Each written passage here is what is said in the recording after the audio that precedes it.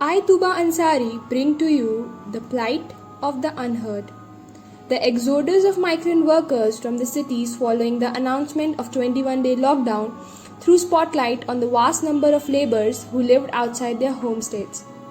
Mr. Satyavan Yadav was one of them. So this interview will clear the concept of जिस पे बीती वही बता सकता है. So let's head towards him. नमस्ते सत्यवान जी. नमस्ते। तो आप अपने बारे में हमको कुछ बताइए. मेरा नाम सत्यवान मनोज यादव है और मैं सिरारगंज कानपुर का रहने वाला हूँ और मैं जयपुर में कारपेंटरी का काम करता हूँ। और मेरे परिवार में मेरी बेटी है, मेरी औरत है और मेरी माँ है, मेरे एक छोटा भाई है और मेरी एक बहन है। अच्छा. कुल मिला के मेरे फैमिली में 6 लोग हैं। अच्छा, तो आपने सिरारगंज छोड़ के जयपुर जाने का फैसला कब किया और क्यों? मैं जयपुर जाने के लिए इसलिए डिसीजन लिया कि मेरे परिवार में सब 6 लोग हैं कुल मिला के। तो मेरे पिताजी के मृत्यु होने के बाद सबसे बड़ा घर में मैं ही हूँ। तो मेरे भाई और बहन जो हैं वो छोटे हैं। तो मैं कानपुर में जो काम करता था सिरारगंज में, उससे मेरा खर्चा परिवार का नहीं चल पाता था। तो मुझे मजबूरन जाना पड़ा जयपुर। वहाँ मुझे कारपेंटरी का काम मिला है, वहाँ मैं काम करता हूँ और मैं 3 साल पहले गया था। अच्छा, तो हमको बताइए कि आपको जयपुर में नौकरी कैसे मिली? मेरे मामा हैं, वही कंपनी में काम करते हैं। तो मैंने मामा से कहा था तो मेरी अर्जी मेरे मामा ने लगाई थी वो कंपनी में। अच्छा, आप हमको अपनी नौकरी के बारे में और थोड़ी जयपुर की आपकी जो ज़िंदगी रही उसके बारे में कुछ बताइए। हम लोग की काफ़ी अच्छी नौकरी थी और हम लोग 9 घंटा काम करते थे कुल मिला के, और महीने के आखिरी में पगार हम लोग को मिलता था। और हम लोग किराए पे 2 रूम लिए थे, जिसमें एक रूम में सोने का सब व्यवस्था था और एक रूम में बाथरूम और साइड में किचन था, और मामा के साथ में ही रहते थे। और किराया जो होता था महीने का वो हम लोग आपस में बांट के देते थे। तो हमको बताइए कि आपको जयपुर में नौकरी कैसे मिली? मेरे मामा हैं, वही कंपनी में काम करते हैं। तो मैंने मामा से कहा था तो मेरी अर्जी मेरे मामा ने लगाई थी वो कंपनी में। अच्छा, आप हमको अपनी नौकरी के बारे में और थोड़ी जयपुर की आपकी जो ज़िंदगी रही उसके बारे में कुछ बताइए। हम लोग की काफ़ी अच्छी नौकरी थी और हम लोग 9 घंटा काम करते थे कुल मिला के, और महीने के आखिरी में पगार हम लोग को मिलता था। और हम लोग किराए पे 2 रूम लिए थे, जिसमें एक रूम में सोने का सब व्यवस्था था और एक रूम में बाथरूम और साइड में किचन था, और मामा के साथ में ही रहते थे। और किराया जो होता था महीने का वो हम लोग आपस में बांट के देते थे।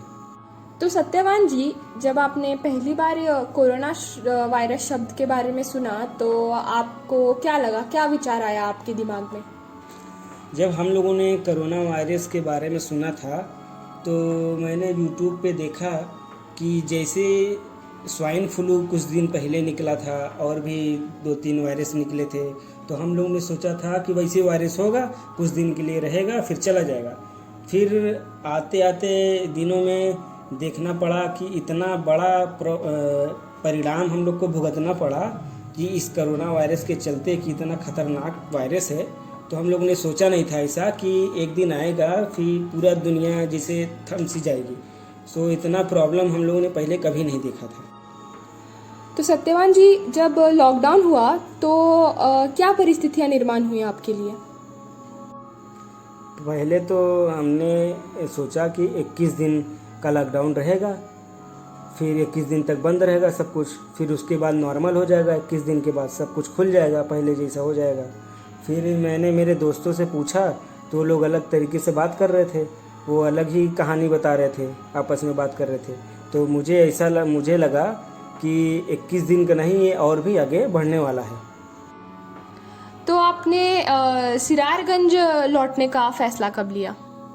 सिरारगंज लौटने के लिए फ़ैसला मैंने किया जब मेरा फैक्ट्री बंद हो चुका था और मेरे फैक्ट्री के जो मालिक हैं उन्होंने हम लोगों को पगार दे दिया था, और जो बीच में हम लोगों ने काम किया था हम लोगों को उसका भी पगार मिल चुका था। पर मेरा मकान मालिक जो है वो बोलने लगा कि अगर तुम लोगों को रहना है तो फिर भाड़ा देना पड़ेगा।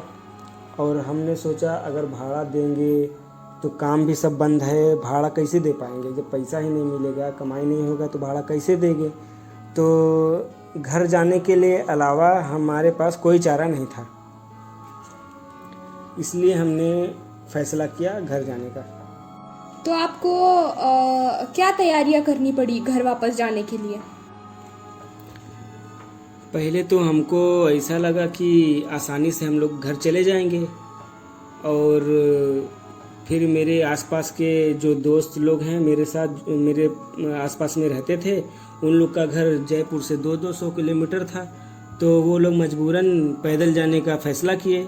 तो हमको डर सा लगने लगा कि मेरा घर जयपुर से 800 किलोमीटर है, तो हमको भी पैदल जाना पड़ेगा। तो मेरी खुशनसीबी ये थी कि मेरे दोस्त का भाई जो था उसका दोस्त वो ट्रक ड्राइवर था, तो उसने, मेरे दोस्त ने बात किया उससे, तो उसने बोला कि हम आप लोगों को आगरा तक छोड़ सकते हैं। तो आपका जो सफ़र था उसके बारे में हम लोग को थोड़ा कुछ बताइए आप। हम लोग का सफ़र तो बहुत ही ख़राब था, जो हमने कभी सोचा भी नहीं था। और हम लोग को बोला गया था कि हर एक इंसान के पास एक ही बैग होना चाहिए। हम लोग कुल मिला के 13 लोग थे, और हम लोग के साथ वो ट्रक में गेहूं की बोरियां भी थी। तो मैंने एक बैग बनाया और उसमें जो ज़रूरी कागजात है वो रखा, और जो कुछ कपड़े हैं, 1-2 कपड़े, वो मैंने रखा। और जो घर का मेरे सामान था, जो रहते थे हम लोग जिस रूम में, वो मकान मालिक बोलने लगा कि अगर जो सामान रहेगा वो भी आपको उसका भाड़ा देना पड़ेगा।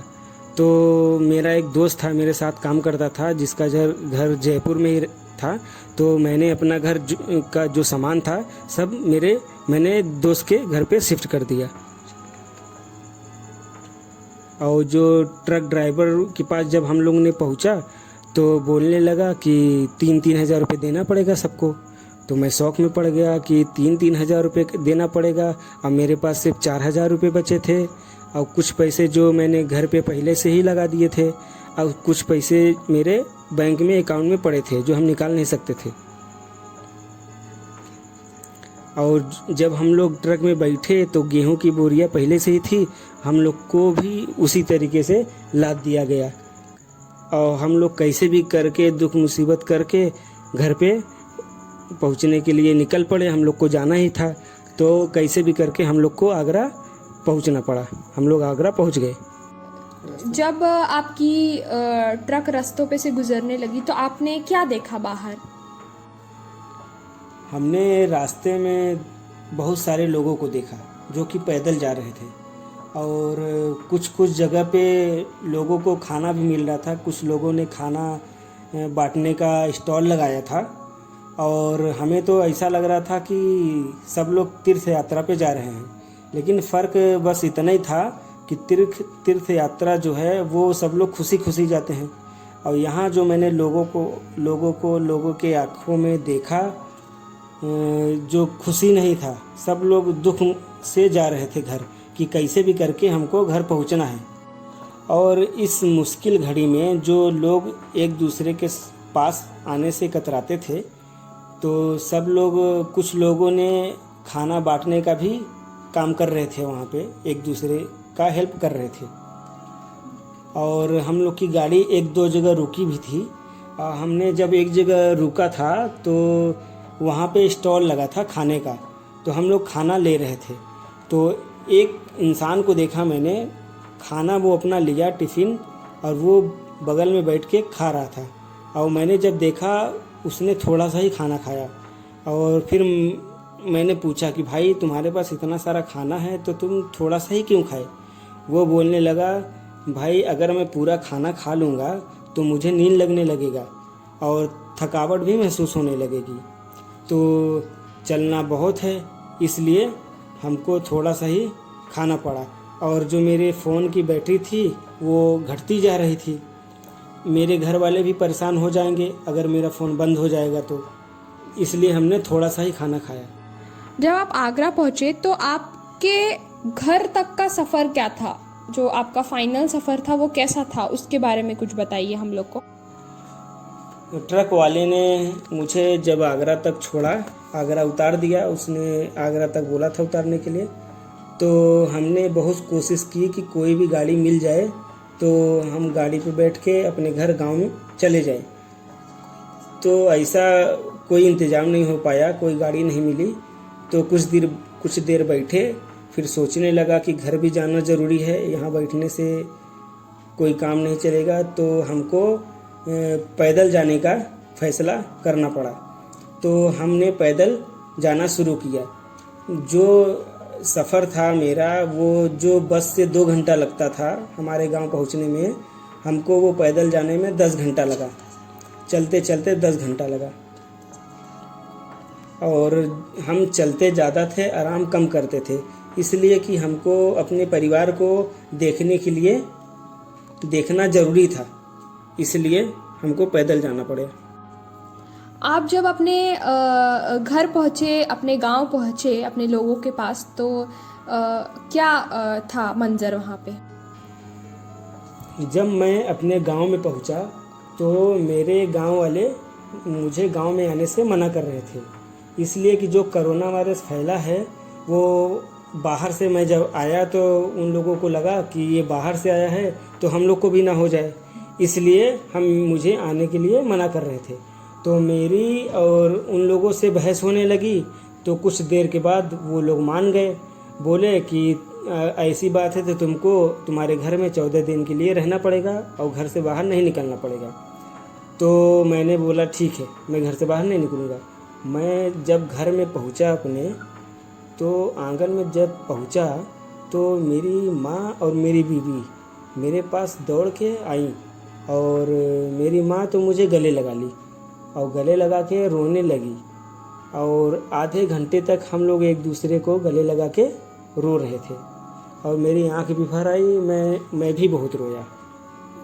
और फिर उसके बाद थोड़ी देर बाद मैं मुंह हाथ धोया, फ्रेश हुआ, फिर खाना खाया और रास्ते के लिए भी सोच रहा था कि ऐसा ऐसा मेरे साथ लाइफ में पहली बार हुआ जो कभी नहीं हुआ था। तो फिर मैं जाके सो गया। मैं बहुत थका था इसलिए मैं सो गया।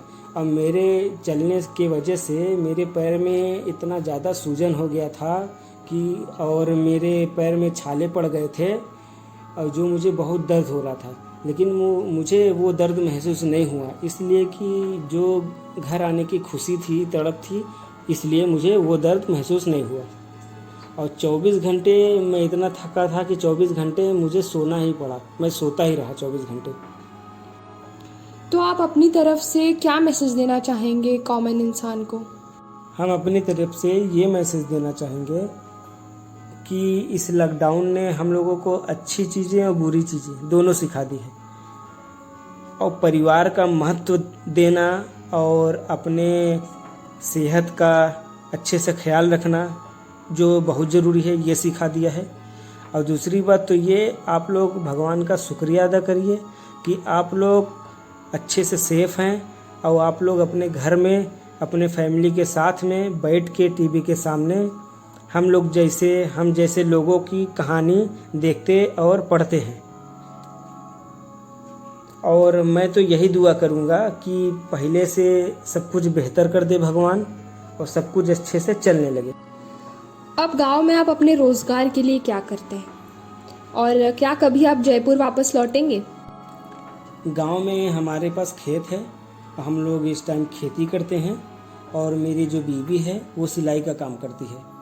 और रही बात जयपुर जाने के लिए, तो जयपुर हाँ जाएंगे, तब जाएंगे जब सब चीज़ पहले जैसा, सब माहौल पहले जैसा हो जाएगा, तो जयपुर फिर से जाएंगे, क्योंकि चलती का नाम ही तो ज़िंदगी है, और क्या कर सकते हैं।